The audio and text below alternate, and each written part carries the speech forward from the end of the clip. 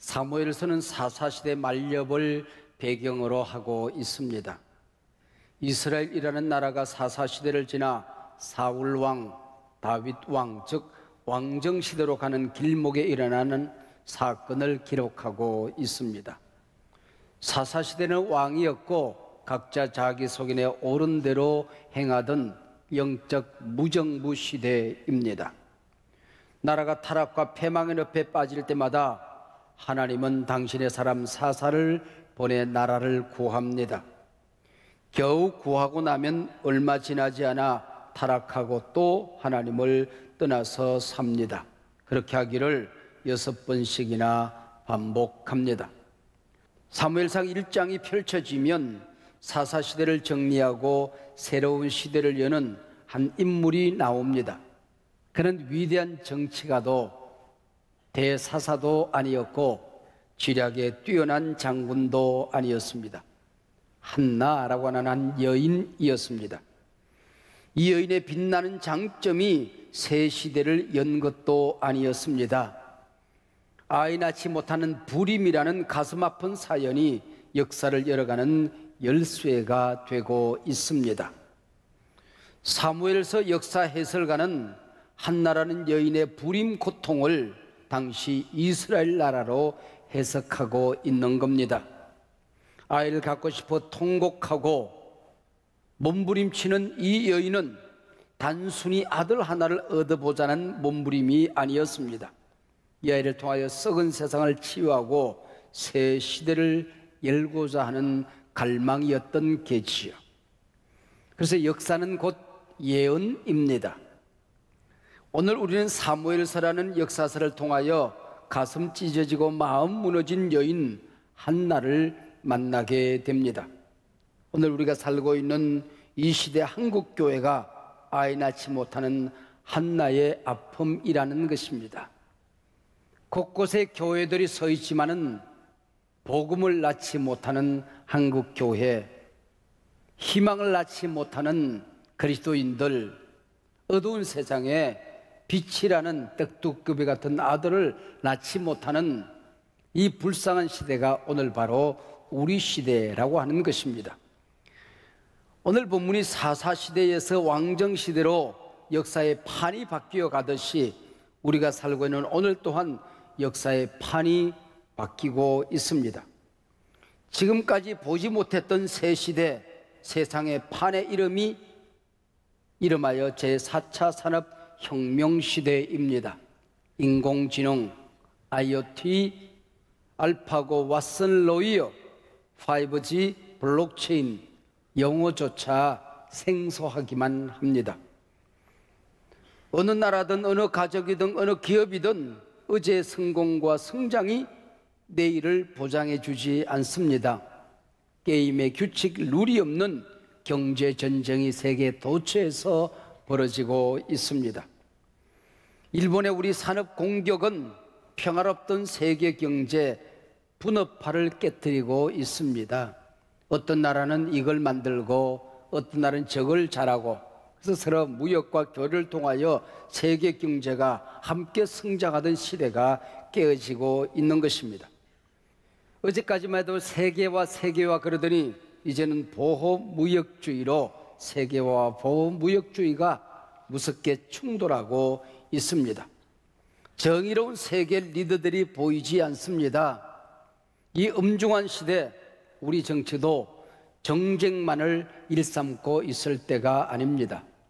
한국 교회들도 절망과 낙심으로 우왕좌왕하며 싸움박질을 할 때가 아닙니다. 그래서 누군가 우리 세대를 국민이 정치를 걱정하는 시대라고 했습니다. 세상이 교회를 걱정하는 시대라고도 합니다. 우리나라 우리 사회를 잘 보십시오. 선진국 진입 후유증, 급성장의 후유증을 앓고 있지 않습니까? 새시대 잠재 성장률이 급락하고 있습니다. 신성장 동력의 불이 꺼져가고 있습니다. 4차 산업 적응력과 기술력이 지연되면 그 기회는 하루아침에 날아가 버리는 겁니다. 각자 자기 속인에 옳은 대로 사는 세상, 사회는 갈등의 늪에 빠져서 허우적거리고 있습니다. 교회는 엘리 제사장처럼 눈이 멀어 미래를 보지 못하고 예언자의 능력을 상실해 갑니다. 사사시대, 왕이 없던 시대였습니다. 기준과 룰이 없는 시대, 각자 자기 속에 옳은 대로 사는 시대였습니다. 부끄러움을 모르는 시대였습니다. 그래서 오늘 우리 시대를 누군가 신사사시대라 불렀습니다. 어떤 학자가 제일 먼저 그렇게 말했을까요? 바로 저입니다. 사사기 새롭게 보기라는 책을 쓰면서 우리가 살고 있는 이 시대를 저는 신사사시대라 부르기 시작했습니다. 어떻게 이 위기 시대를 기회로 만들 수 있을까요? 어떻게 새 시대의 문을 열 수 있을까요? 이 질문에 대한 하나님의 대답, 성경의 대답은 분명합니다. 사무엘서 1장은 가슴 아픈 한 여인의 이야기로 그 시대의 아픔을 드러내고 있습니다. 하나님이 한나라는 이 여인을 시대적인 메시지, 예언으로 선택했다면 이 여인의 삶이 평안하고 형통해야 되는 것 아닙니까? 그러나 역사서 첫 장이 펼쳐지면 이 여인의 울음소리, 통곡의 소리가 가득 차 있습니다. 집안 어른들의 성화를 못 이겼던지 남편 엘가나는 둘째 보인 브릿나를 드립니다. 브릿나는 들어오자마자 떡하니 아이를 낳습니다. 그리고 유세를 부리고 한나를 구박합니다. 오늘 본문 1장 6절, 한나를 심히 격분케 하여 괴롭게 하더라고 했습니다. 그러나 원문에 보면 심이라는 말이 없고 반복으로 등장합니다. 격분케 하고 또 격분케 하여 한나의 마음을 후벼 봤다라고 되어 있습니다. 히브리 문학에서 반복은 강조입니다. 그래서 우리말 번역에서는 심이라는 부사어로 번역하고 있습니다. 7절에서도 격분시켰다는 말이 나오는데 한결같이 히브리 문법으로 미완료형을 쓰고 있습니다. 끊임없이 매일같이 쉬지 않고 그랬다, 그 얘기입니다. 짤막한 본문에 울다라는 단어도 반복됩니다. 7절 울고 먹지 아니하니, 8절 어찌하여 울며, 10절 통곡하며. 이 모든 단어들은 강조 계속 영법을 쓰고 있습니다. 끊임없이 계속해서 울었다, 몹시 가슴을 쥐어 뜯으며 울었다, 그렇게 되어져 있습니다. 그가 했던 기도 내용을 잘 살펴보면 자식 못 낳는 자기 자신에 대한 자학이 전혀 없습니다. 남편과 자기를 격분케 하는 브릿나에 대한 불평이 없습니다. 자기 신세를 그렇게 만든 하나님에 대한 원망이 없습니다. 아픈 가슴을 부둥켜 안고 하나님 앞에 나아가 기도할 때마다 자기 신세 타령, 자학이 있다든지 모든 문제의 원인을 밖에서 찾으며 불평한다든지, 심지어는 이 모든 일의 책임이 하나님께 있는 양 원망한다면 세속적인 기도죠. 속물 기도죠. 무효입니다.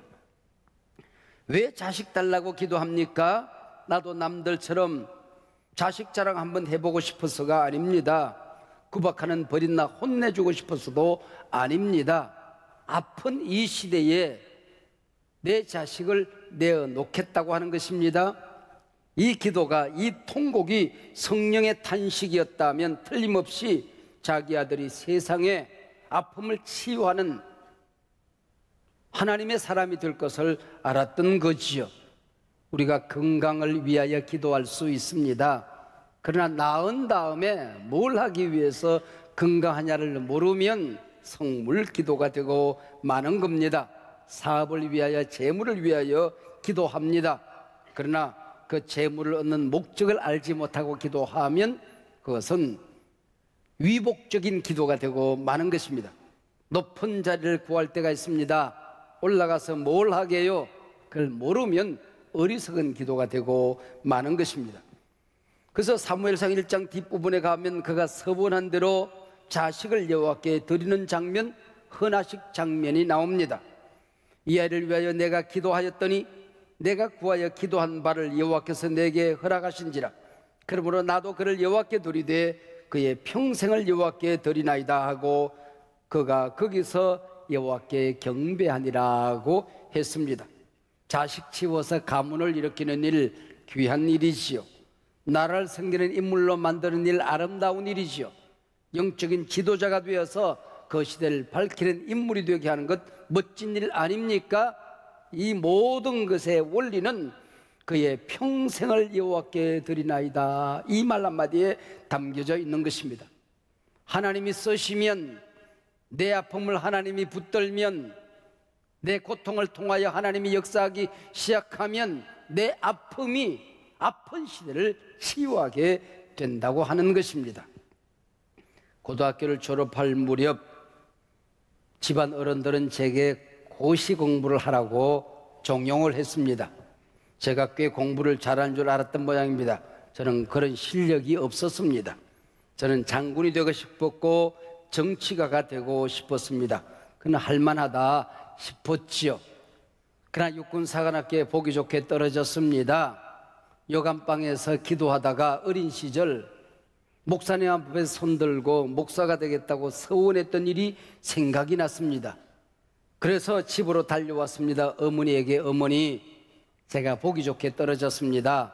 일반 대학 가는 것도 포기하고 신학대학에 입학하겠습니다. 그랬더니 내 어머니가 벌쩍 뛰시더라고요. 어떻게 그렇게 기특한 생각을 다 했냐고. 어머님이 무릎 꿇으라 그러시더니 성경책을 가져오셨어요. 성경책 펼치고 여기 손 얹어라. 그리고 손을 얹었습니다. 어머님의 기도 내용 지금도 생생하게 기도합니다. 이 여종이 기도만 했는데 하나님께서 친히 우리 아들에게 말씀을 하셨군요. 이제 이 아들을 하나님께 바칩니다. 오늘부터 이 아들은 내 아들이 아닙니다. 이 아들을 통하여 어떤 기도도 포기합니다. 주의 종인 줄 알고 하나님께 바칩니다 하는 헌화식 기도였습니다. 그리고는 집안 걱정하지 말아라. 빚이 있어도 엄마가 다 알아서 한다. 너는 기도만 해라. 하나님만 생각해라. 공부만 해라. 말씀을 하셨습니다. 나는 나의 약점까지도 하나님이 지금 쓰고 있는 것은 내 어머니의 이 기도 때문이었다. 그렇게 저는 믿고 있는 겁니다. 하나님께서 아들 하나를 주시면 이 아들을 여호와께 드려서 하나님이 마음껏 쓰시도록 하겠다는 서원이 참 재미있게 기록되어져 있습니다. 오늘 본문 1장 11절, 아들 주시면 여호와께 드리겠습니다. 주시면 드리겠다. 다른 말로 번역되어 있지만 히브리 말에서는 나탄, 하나님이 주시면 하나님께 드리겠다, 주겠다, 그렇게 표현되어져 있습니다. 흥정하거나 조건을 다는 게 아닙니다. 하나님의 마음과 한나의 마음이 일치가 되어지는, 호흡이 척척 맞는 기도를 말하는 것입니다. 그리고 1장 11절에서 나를 기억하사라고 하는 말과 하나님이 기억하셨다, 생각하셨다, 19절에 그렇게 되어 있습니다. 기억했다, 생각했다, 다른 말로 번역되어 있지만 원문에서는 자칼, 한 단어를 쓰고 있습니다. 한나가 기도할 때에 한나의 아픔이 여호와의 심장에 새겨졌다는 것입니다. 그리고 하나님의 마음, 이 시대를 향한 하나님의 가슴앓이가 기도하는 한나의 심장에 새겨졌다고 하는 것입니다. 그것이 바로 자칼이라고 하는 단어입니다. 이런 기도를 마친 한나의 태도를 보십시오. 오늘 본문 마지막 절 1장 18절입니다. 가서 먹고 얼굴에 다시는 근심빛이 없더라. 기도하고 이미 이루어진 줄로 믿었던 것이지요. 기도는, 믿음은 이미 바라는 것들의 실상이 되었던 거죠. 이게 믿음장의 교훈이 아닙니까? 떡두꺼비 같은 아들 떡하니 얻은 다음에 얼굴에 다시는 근심빛이 없더라가 아닙니다. 기도하고 나왔더니 버린 나의 구박이 사라졌다, 그 다음에 근심빛이 없더라가 아닙니다.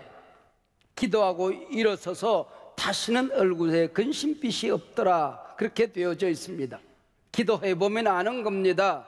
기도하고 일어설 때 하나님이 주시는 확신, 하나님이 주시는 은혜, 아무것도 달라진 것이 없는데, 환경은 변한 것이 없는데, 저 깊은 곳에서 샘솟듯 용솟음치는 그 기쁨, 그 은혜, 그 감격, 기도자는 그걸 아는 겁니다. 그리고는 아들을 얻습니다. 20절, 하나님이 내 기도 들으셨어. 하나님이 내 기도를 응답하셨어. 그래서 사무엘, 하나님이 들으셨다라고 아들의 이름을 짓는 겁니다. 그리고 1장 28절 뒷부분에 가서 보면 3년 동안 저절로 물려 키우고 서원했던 대로 하나님께 바치고 돌아오며 춤을 추고 찬미를 부르게 되는 것입니다. 여러분, 자식이 군대를 가더라도 의미는 가슴앓이가 있는 겁니다. 철없는 어린아들 외국에 떼어놓고 돌아서는 어미아비의 심장은 무너지는 겁니다. 외국 배우 가운데 이름이 금방 생각이 안 나네요. 안졸리나 뭐 졸리나 그런 이름 있죠? 네. 그 여자분이 연세대학교에 자기 아들을 놓고 가면서 통곡을 했다고 그러지 않습니까? 이게 의미의 마음입니다. 그러나 한나는 사무엘을 하나님께 바칩니다. 술을 입에 대지 않겠습니다. 머리를 자르지 않겠습니다. 시체를 만지지 않겠습니다. 나시대로 바치는 겁니다. 왜 그랬을까요? 하나님의 백성이 가나안 땅에 들어가서 가나안 문화, 이방 문화에 도취되어져서 술판을 벌이는 이 세상, 술을 입에도 되지 않겠습니다. 그 얘기입니다. 하나님의 백성들이 가나안 문화에 동화되어져서 그 복장이 야해지고 거룩의 상징인 머리를 흐트러뜨리는 이런 세상에 삭도를 되지 않겠습니다. 썩어가는 세상, 시체를 보지도 만지지도 않겠습니다. 썩은 세상 시대를 거꾸로 사는 아들로 삼겠습니다. 뒤집어진 세상, 역사를 역류하는 아들이 되게 하겠습니다. 새 시대, 새 역사를 여는 인물로 써달라는 기도였던 것이지요. 오늘 신약시대 교회 시대는 나실인 제도는 없습니다. 예수님께서 십자가에 달려 돌아가신 다음에 우리 모두가 나실인으로 구원받은 것입니다. 목사만 성직이 아닙니다. 우리가 하는 모든 일들이 성직인 것입니다. 교회만 성전이 아니라 하나님의 백성들이 이 땅에 살아가는 사업터든 가정이든 세상 그 어디든 그것이 바로 성전이 되는 삶을 살게 되는 것입니다. 우리가 나실인이라고 하는 것이요. 사랑하는 여러분, 에덴 동산 이후 문제없는 시대가 언제 있었습니까? 그러나 사사시대는 그 어느 때보다도 혼란의 시대였습니다. 그래서 오늘 우리가 살고 있는 이 시대가 신사사시대인 겁니다. 인류 역사 이후 아픔과 고통이 없는 사람 누가 있습니까? 한나는 자신의 불임의 아픔을 그 시대의 고통으로 알고 하나님을 찾아가는 것입니다. 그래서 나의 아픔으로 아픈 시대를 치유한 여인이 되는 것입니다. 이 땅의 나실인들, 하나님의 백성들은 내가 가진 약점으로 세상의 약점을 치유하는 사람들입니다. 내가 가진 가난으로 세상의 가난을 위로하는 사람들입니다. 내가 가진 고통으로 세상의 고통을 치료하는 사람들인 겁니다. 한나는 물론 개인적 고통 때문에 하나님을 찾아갔을 거예요. 기도하다가 하나님의 마음을 만나는 것입니다. 가슴앓이를 부둥켜 안고 눈물로 기도하다가 하나님의 가슴앓이와 부딪히게 되는 것입니다. 그래서 개인적인 기도 차원을 뛰어넘습니다. 단순히 자신의 내적 치유의 차원을 뛰어넘게 되는 것입니다. 자신의 기도로 나라와 시대의 고통을 치유하는 사명으로 나아가게 되는 것입니다. 하나님, 나는 가진 것이 없어요. 나는 연약합니다. 그러나 아들 주시면 이 아들을 당신께 드릴 테니까 당신이 쓰세요.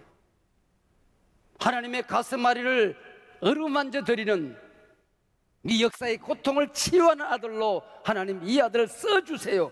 이게 서원이 되는 것입니다. 예수 믿고 복 받는 것, 예수 믿고 성공하고 번성하는 것, 성경에 있는 기도고 마땅한 일이지요. 그러나 그것은 개인적인 복음, 개인적인 신앙입니다. 내가 받은 복으로, 내가 얻은 응답으로 이웃을 섬기고 공동체를 회복하고 시대를 치유하면 공적인 복음, 공적인 신앙이 되는 겁니다. 하나님, 내 자녀 축복해 주세요. 아름다운 일이지만 그는 어디까지나 위복신앙, 개인적인 신앙입니다. 하나님, 이 아들을 하나님 세상같이 정복당하지 않게 해주십시오. 약속의 아들 거룩한 백성으로 살게 해주십시오. 하나님이 쓰셔서 그가 어디에 가든지 그 세상을 밝히는 인물로 써주세요. 이렇게 기도했다면 복음적인 신앙, 공적인 신학이 되는 겁니다. 하나님, 우리 가정의 사업을 일으켜 주세요. 마땅한 기도입니다. 그러나 거기서 끝나면 개인적인 신앙이 되고 마는 것입니다.